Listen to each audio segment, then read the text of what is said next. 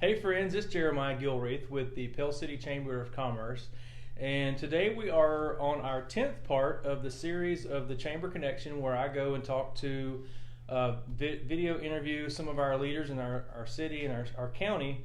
And today we are fortunate enough to have two councilmen and councilwoman from the city of Pell City. Today we have Jenkins and Ivi McDaniel. So guys, I appreciate you taking time out of your schedules to visit with us and let us talk to the people and tell them some things about what happens in Pell City and within the confines of the city council and how it operates. So we'll be talking to other councilmen later on, but today we started with you two. So thank you for being here. Thank you for having us. Thank you. Now, I know I say this every time, but we go way back. Ivy and I went to high school together, and Jay Jenkins and I were neighbors at one time almost 20 years ago. So we all go back quite a ways. Jay, I guess we'll start with you. You're on the other side. Tell us how you got into being a city councilman. Well, city councilman was probably last on my agenda of things I thought I ever wanted to do. I never even dreamed of being a city councilman, but actually Greg Gossett was the city councilman in my district before me, and he resigned back some years ago, I guess about 2012, I think, I can't remember exactly, to take a job with the city. And of course he's our city street superintendent now. Right. And he actually came to me and said, Jay, why don't you go up and apply to be a city councilman? Maybe I've got a little bit left, and I think they want to get somebody to fill my slot for the remainder of the term. And I looked at him and I said, why in the world would I do something like that? But I got to thinking about it, and basically my career in life was with I've always been helping people. I managed a state employment office and got probably half the people in town jobs at one time or another, maybe more than that. And I've always enjoyed working with people. I've been a part of the chamber. I've been on the chamber board, I don't know, 2 or 3 times. I was an officer, and I've been a part of the city for so many years, and I always liked to help people. So I kind of thought about it, and I thought, well, this is a chance to do that, and that's why I'm here. I know Greg said you're not afraid to speak up and speak up for the people, and I'm not, and I do, and that's why I'm here. So I enjoy it. I enjoy helping move the city forward and helping the people of the city. Yeah, awesome. Now, Ivy, this is your first term. It is. And you were elected 2 years ago? A year ago. A year ago. Okay, I'm sorry. Yep, time is so messed up right now. It is. Really. But a year ago. So tell us what made you decide to run for the city council position? I get that question all the time, and I honestly really don't know. I know that my dad used to tell me all the time that would be a great position for me. And he encouraged me a lot, and he passed away 3 months ago. But he encouraged me a lot to prepare myself to run for that. And I used to tell him, Dad, I am not running for city council. And I'm such a community-minded person. I'm always about the community, helping as many people as I possibly can, trying to figure out how I can help each individual. And so when the opportunity came up for me to run, I just happened to be in a really good position for me to be able to run. And, I didn't know if I was going to get it. It was just I was going to try and to see what happened. And it gives me a larger reach to be able to help more people at one time than what I've been doing. So when that opportunity came up, I took the opportunity, ran for it to see what would happen. And of course, I got it. And so it's been a great experience, really great experience. Now, Jay touched on his history as far as what he did before he became councilman. Tell everybody what you were or what you did before you became a council. So I've always, for the last 13 years, I've worked in the substance abuse field. I'm a state certified substance abuse counselor, so I've worked in this county a lot in different positions, helping people who struggle with drugs and alcohol. I work at a place called Fresh Start Recovery Ministries. It's a long-term facility. I also have a program in the city. It's a nonprofit organization. It's called We Win Recovery, and it's a therapeutic, educational, development reentry program for people who have mental health issues, substance abuse issues, and criminal justice involvement. We try to help them, for those who are coming out of prison, get them acclimated back to society, and also those who struggle with substance abuse and mental health issues that goes along with that. We try to provide them with the services that they need. And so I've always worked in human trafficking. Worked with the Well House for many of years, just helping people. You know, that's what I do. I just help people in whatever way that they need to be helped. I try to find and guide them to those resources or whatever. Right, and I think that's what makes, especially like our city council, I think that's what makes them unique and able to work together, is because you all come from different fields, come from employment, come from social services, I guess would be a good term for that. And like the mayor, he's business mind, attorney, so you all have that different aspect of what goes on in the community and how to bring all that together to help each other to overall help the city of Pell City. Absolutely. Now, Jay talked about districts. Jay, what are districts and how are they formed, and how can somebody find out what district they live in? Districts obviously are separate areas of the city. The cities usually are designated, the form of city government is designated by the population of the city. And we're over 12,000, so our form of city government is mayor and city council, and we set up a city manager who actually runs the day-to-day operations. But each district is there. We have 5 districts, so each council person is elected by district, and districts are set up. I think they're having. I think this year they're redistricting again. They do it every so often, and so we actually have 5 districts. I'm actually in District 1, which is Eden. Well, it includes Fox Hollow, and it goes around, but they're set up, you know, so that the population, each district, the population is supposed to be close to the other districts. You can't have one real large district and a small one. They're supposed to be closely populated. So each councilman's represented by that district. Even though the council, when we vote on something, it affects the entire city, but we are elected by district. So can somebody else that lives in, say, District 2, can they vote for you as a councilman? No. Okay. During the elections are every 4 years basically, and during the election, citywide residents can vote for the mayor. Everybody votes for the mayor, but for the councilman, only the members in your district will vote for you. That makes perfect sense. So are the positions, are they staggered as far as term wise, or not everybody rolls off at the same time, right? No. No, they're not staggered. They're not staggered. No. Everybody's elected every 4 years. Wow. Okay. So this year it's a 5-year term because of the way the state laws changed, so we wouldn't run into a presidential election. So we'll actually sit 5 years instead of 4. Oh, okay. Yeah. That's cool. They trying to get us off the regular election cycle because it was so cumbersome. So they're changing that all over the state now. So we're actually going to get an extra year, then it'll go back to every 4 years. Okay. So I guess we'll be 25. Yeah. I think. Yeah, it'll be 25. All right. So Ivy, tell us, what do you do as a councilwoman? Basically, first of all, I hear from my constituents of what issues that they have, whether it's by phone or email, because they're out there, they see what's going on, they know what the issues are, so they bring those issues to me, and I take it before the council and the city manager to try to, get those things ironed out or worked out. I also sit with the other council members to vote on different issues that affect our cities, whether that is programming or capital, like money and things like that. So it's just different things that the council member do, but we all just come together collectively to make sure that the city is properly ran the way that it's supposed to. Okay, and then the councilmen themselves are divided into committees, is that correct? Yes. And how many committees, or what? I know the police are under one committee, the fire department's under another committee, is that right? Yeah, we have a councilman that I don't know, we all deal with each department, but we do have like a liaison who's in charge of kind of communicating with each department and bringing, because everybody can't go by every department all the time, so it's better one person to kind of be a liaison for the council, and we do have those set up with each department. Okay, good deal. Now, how could someone, let's see, how do I phrase this question? How does somebody, if they want to come up here and say something or have a part in the city council meeting, how do they manage to have their voice heard, in other words?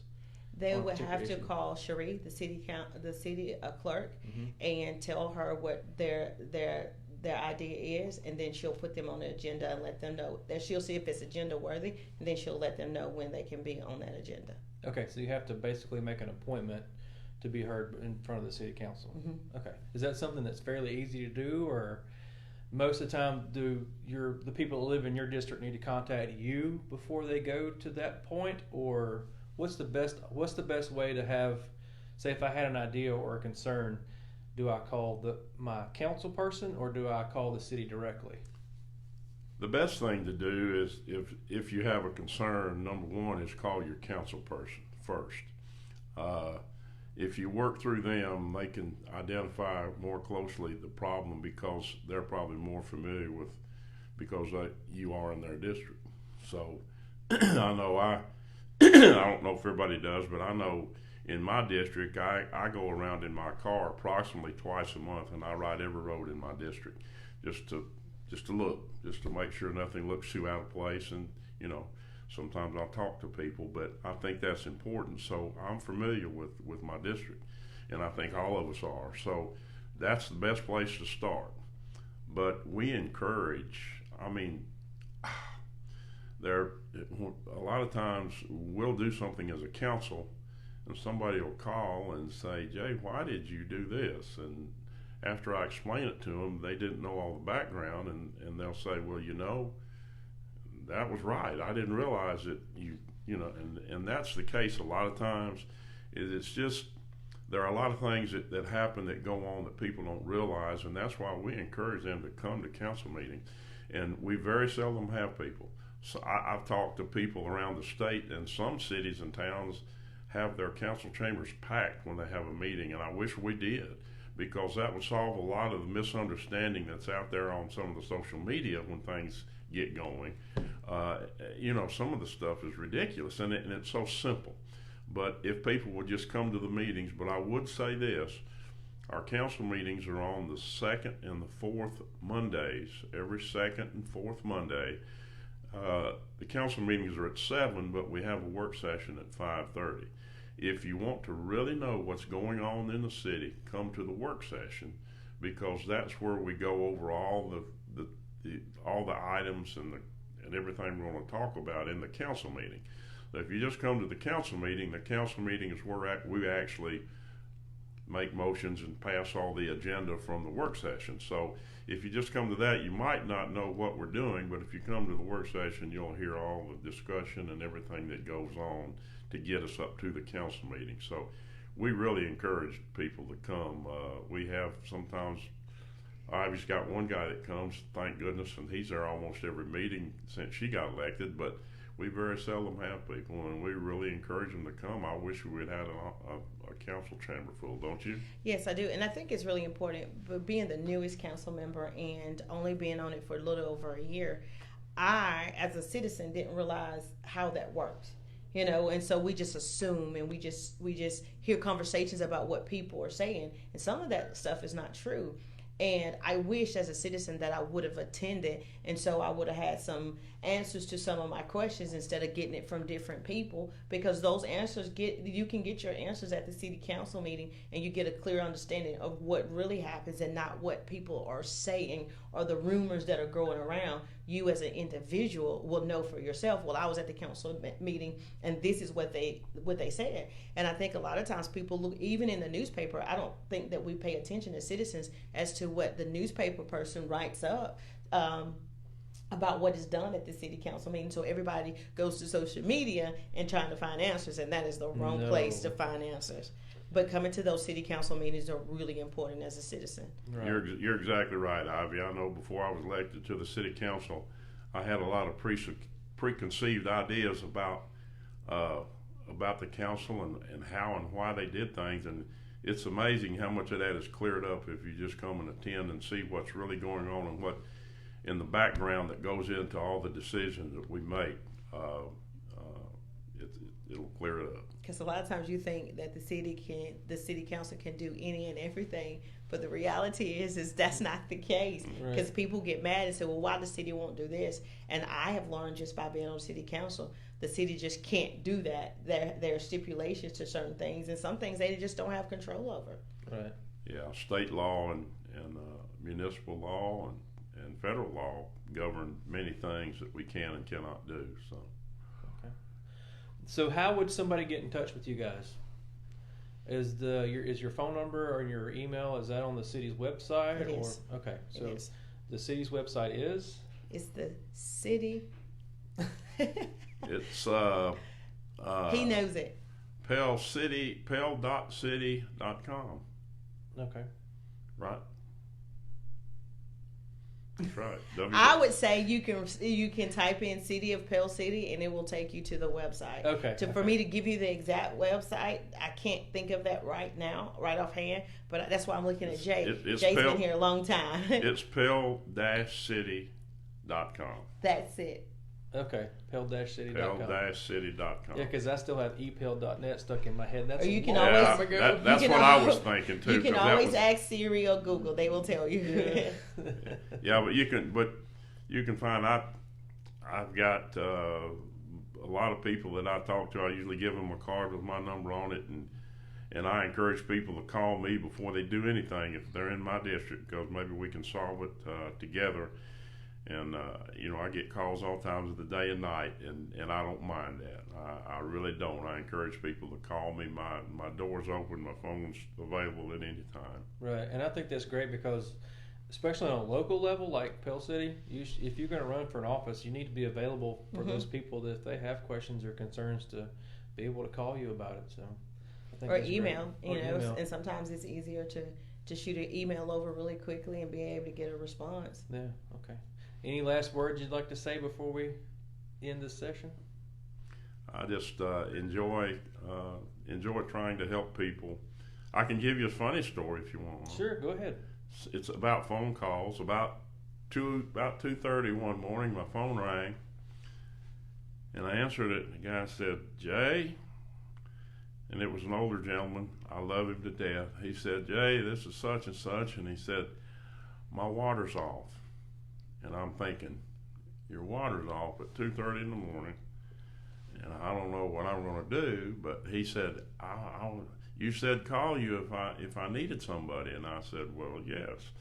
I said, "I can take care of it." I said, "We have an emergency number that you call for 24-hour water service, and they'll take care of it." He said, "Well, I didn't know that. If you'll give it to me," I said, "I'll give it to you, but I'll call them for you." So I called them, and I think they got out and got it fixed up. So you get calls all hours of the day and night sometimes, but I do not mind that. I don't. I don't either. Because that lets you know that the people trust you. If they trust you, that you're going to give them the help that they need. It doesn't matter if it's even if it's a crazy question that some people deem crazy. There's no crazy question. If you have a question, if you have an issue, just reach out. And I may not can help them, but I do know where I can point them to, the direction to point them to, that they can get help. I'm going to do what I can to make sure that I do. But there's also other people that are beyond me that are able to help too, because the city is not just comprised of just city council. There's department heads and everything that probably know a lot more than I do. And they can help me. I go to them and they talk to me, and I talk to them and ask questions. And those guys at Parks and Recs and the street department, those are some amazing people. This city really has some amazing city workers, the fire chief, the police chief. I've talked to the chief a lot of times for answers, and he's just pointed me in the right direction and told me what to do. So, it's not just the city government. There's a lot of people in this city that works hard on a daily basis. Oh, yeah. So when I don't know the answer, I always make sure that I reach out to our city manager, Brian, who is absolutely amazing within himself, or I reach out to the Parks and Recs and whoever that I need to get the help for the constituents, so that they make sure that their needs are met. So there are other people who are connected to us that helps run the city as well and make decisions that are very helpful. Right. That's right. Very, very important to recognize that we have great city employees throughout the city, and we can pass all the resolutions and ordinances and do everything that we do up here, but without our city workers carrying them out, we have nothing. We mean nothing without our city employees, and we have a great organization. We're very fortunate in this city to have good people. Not all cities are like that, and we're very fortunate here. I also would encourage people to, as I said before, to call us, because a lot of times, I know we keep going back to this, but a lot of times and I really don't do a lot of social media, but somebody will call me sometimes and say, you know, what somebody said, I really don't know, but they'll say something that's just not right, but they think if people would just call and identify a problem, because obviously if there's a pothole somewhere, if you run over it every day, then you know it's there, but maybe all of us or other people don't go that way and they never hit it. Right. So unless you tell us, we may not know. So that's why it's important. Call your city councilman, find out who your city councilman is for your district, and call them and see if they can help you first, because we have avenues. I can guarantee you, if you call me, we'll either get it done or I'll tell you why we can't get it done. That's true. But it won't be for the lack of effort. That's okay. Excellent. Well, guys, I appreciate your time today, and I hope that our viewers have learned a little bit, especially about you as individuals, and try not to throw too hard of a question at you, but you know, people like to know how things work, and that's one of the parts of this series, is so our viewers and our chamber members can understand what goes on and how operations, you know, everything works in the city and even in the county. So we thank you for your time today, and we hope you guys enjoy it, and we'll see you next month with our 11th part. Thank you, guys. Thank you very much.